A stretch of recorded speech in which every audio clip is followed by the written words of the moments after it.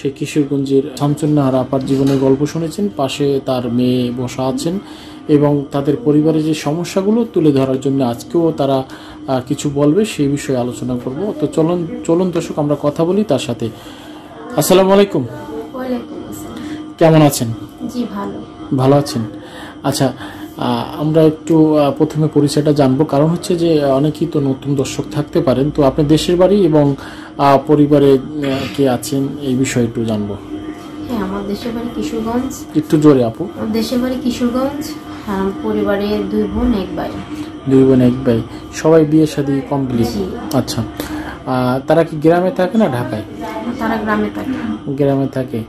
আচ্ছা বোন, আপনি এর আগে বলছিলেন যে আসলে আমার একটা পছন্দ আছে, মেয়েকে নিয়ে কথা উঠছিল। যেহেতু আপনার মেয়ে বড় হয়েছে বা বিয়ে শাদী দিতে চান বা এখন অর্থনৈতিক সমস্যা সব কিছু মিলেই আপনি একটা সমস্যার ভিতরে আছেন। তো বিষয়টা হলো যে আপনার মেয়েকে পড়ালেখার বিষয়টা নিয়ে মূল আপনি ভাবছেন, তো সেই দিকগুলো আমরা একটু জানতে চাচ্ছি। যে অনেক কথাই তো অনেকেই বলেছে বা অনেকেই ফোন দিয়ে জানতে চেয়েছে, অনেক রকম প্রস্তাব দিয়েছে, সেই কথাগুলো বলবেন।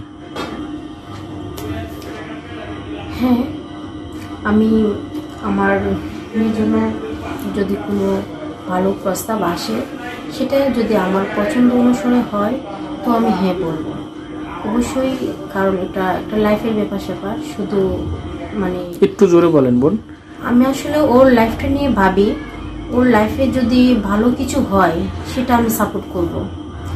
আর অবশ্যই ভালো হতে হবে, কারণ আমি যেহেতু এত কষ্ট করে ওদের মানুষ করতেছি, আমি চাইবো যে আমার কষ্টের বিনিময়ে ওর লাইফ মানে ওদের লাইফ একটা সুন্দর লাইফ পাক। তো ওদের লাইফে যদি মানে ভালো কিছু হয় অবশ্যই আমি সেটা সাপোর্ট করব। কি রকমের ভালো চাচ্ছেন আপনি একটু বলেন ক্লিয়ার করে। হ্যাঁ, যদি কোনো ভালো লোক যদি ওর পাশে দাঁড়ায় আমি সেটাকে সাপোর্ট করব। করবেন? জি। যদি বলে যে আগে বিয়ে দিতে হবে তাহলে কি করবেন? এখন তো ওর বয়স এখনো প্রাপ্ত হয় নাই।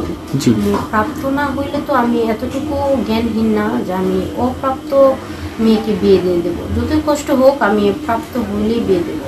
মূল কথা আপনি বলতে চাচ্ছেন যদি সেরকমের কারো আগ্রহ থাকে যে আমার পুরো বিষয়গুলো জেনে আমার পরিবার সম্পর্কে সবকিছু জানার পরে যদি পাশে থাকেন, আমার মেয়েকে এখনো 2 বছর বাকি আছে প্রাপ্ত বয়স হওয়ার, তো সেক্ষেত্রে যদি কেউ অপেক্ষা করতে পারেন এবং তার পড়ালেখার একটু সাপোর্ট দিতে পারেন তাহলে দেন আমি ভেবে দেখব বা আমি রাজি থাকবো। আপনার মূল কথাই হচ্ছে এটা। দর্শক, আসলে বোনটি ক্লিয়ার করে বুঝাতে পারেনি, আমি আপনাদেরকে বুঝিয়ে দিলাম যে আসলে যদি 2টি বছর তার পড়াশোনা টুকটাক খরচ কেউ যদি তাকে সাপোর্ট দিতে পারে, হয়তোবা 2টা পরিবার এক হয়, তখন একটা সম্পর্কে পৌঁছানো যাবে। হঠাৎ করে যদি কেউ এরকমের প্রস্তাব দেয় হয়তোবা কেউ মেনে নিবে না, এটাই স্বাভাবিক সব কিছু জানা শোনার পরে। তো আরও কিছু আছে নাকি? আপনি বলছিলেন যে আমি যে প্রোগ্রাম করছি অনেক রকমের ফোন আসে, আসলে সেই বিষয়ে একটু বলেন। হ্যাঁ, অনেকেই অনেক মন্তব্য করে বা অনেকে ফোন করে, সব ফোন তো আর নেওয়া যাবে না। আর ফোন আপনার রিসিভও করা যাবে না। হ্যাঁ, রিসিভ তো করতে হবে, সো সব কিছুতে তো সাপোর্ট দেওয়া যাবে না। জি জি। কি জানতে চায় তারা মূলত, আসলে কি জানতে চায় এই বিষয়টা একটু বলেন। আসলে ফোনের বিষয়টা একটু জোরে বলেন। অনেকেই ফোন দেয়, তো অনেকেই ভালো কথা বলে, তো অনেকেই মন্দ কথা বলে। তো আমি এখন নিরুপায়, তো আমার সব কথা শুনতে হয়। তো আমি চাইবো আমাকে যেন কেউ সাপোর্ট দেয়, এবং ভালো পরামর্শ দেয়। আমি যেন ওইটাতে সাপোর্ট পাই এবং ভালো একটা পরামর্শ পাই। এই সাপোর্টে হয়তো বা অনেক সাপোর্ট পায়, উপরের দিকে উঠতে পারে এবং একটা মানে অন্যরকম একটা দেখিয়েছে। যদি কোনো মন্তব্য করে অনেক মানুষ ডিপ্রেশন থেকে অনেক নিচে চলে যায়। তো আমি চাই আমাকে কেউ ভালোভাবে ভালো মন মানসিকতা থেকে ফোন দিক বা আমাকে সাপোর্ট করুক বা আমাকে ভালো একটা পরামর্শ দিক, আমি এটাই কামনা করি।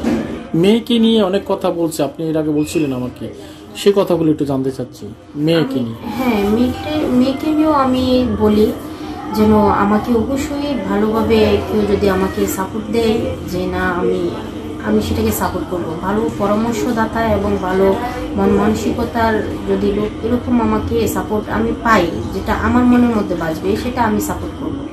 আপনার মেয়ের জন্য জি মা তো অবশ্যই ভালো কিছু চায় সন্তানের জন্য।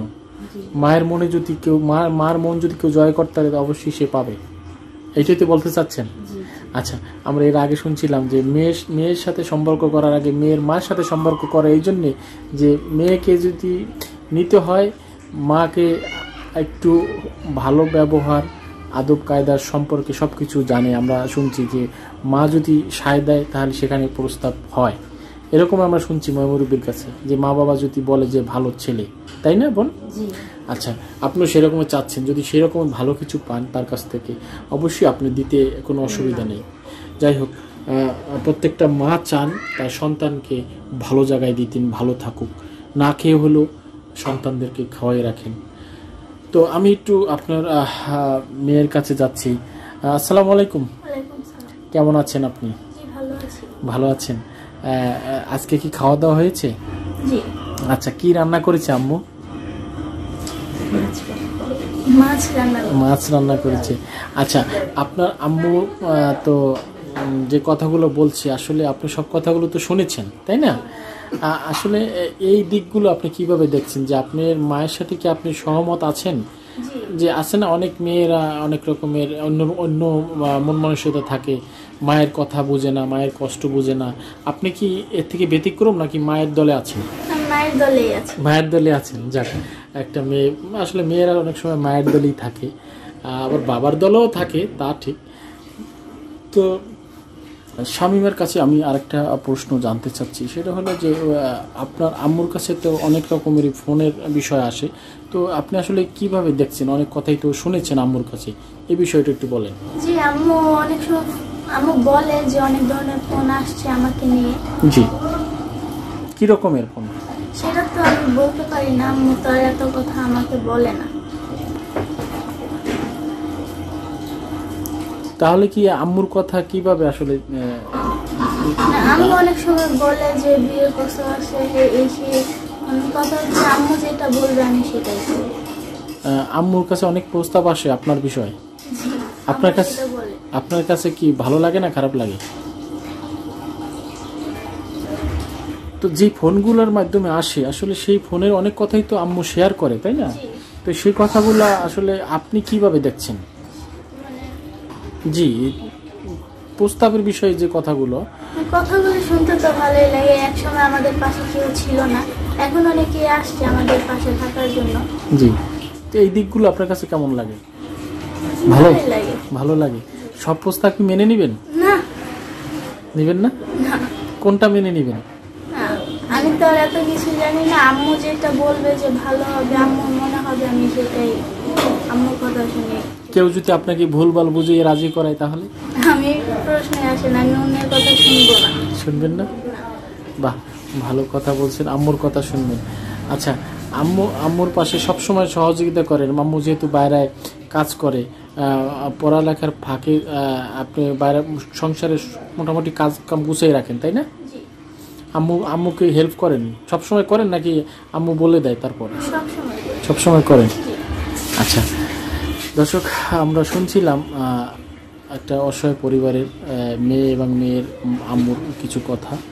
আসলে এই মেয়েটি পড়ালেখা করতে চায়, কিন্তু আমরা আসলে তার কিছু সহযোগিতার হবে বা কিভাবে হবে সেটা আমরা জানি না, আপনাদের উপরে ডিপেন্ড করবে। তো বোন, আমরা আরেকটু আপনার কাছে জানতে চাচ্ছি, সেটা হলো যে যেহেতু আপনি যেখানে থাকেন এর আশেপাশে তো আপনার মেয়েকে দেখে বা অনেকেই তো অনেক রকমের প্রস্তাব দিতে পারে, এই দিকগুলো আপনি কিভাবে দেখছেন? কতটা প্রস্তাব পেয়েছেন?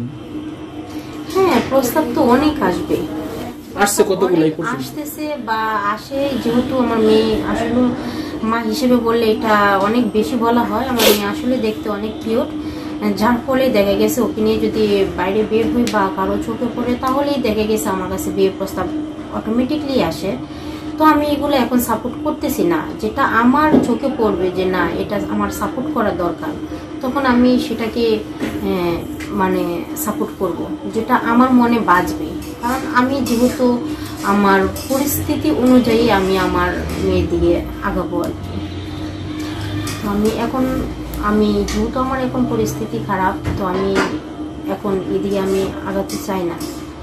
আর আমি ওর ব্যাপারটা নিয়ে যখন আমার পরিস্থিতি একটু ভালো হবে তখন আমি ওর বিষয়টা নিয়ে আমি ভাববো আর কি।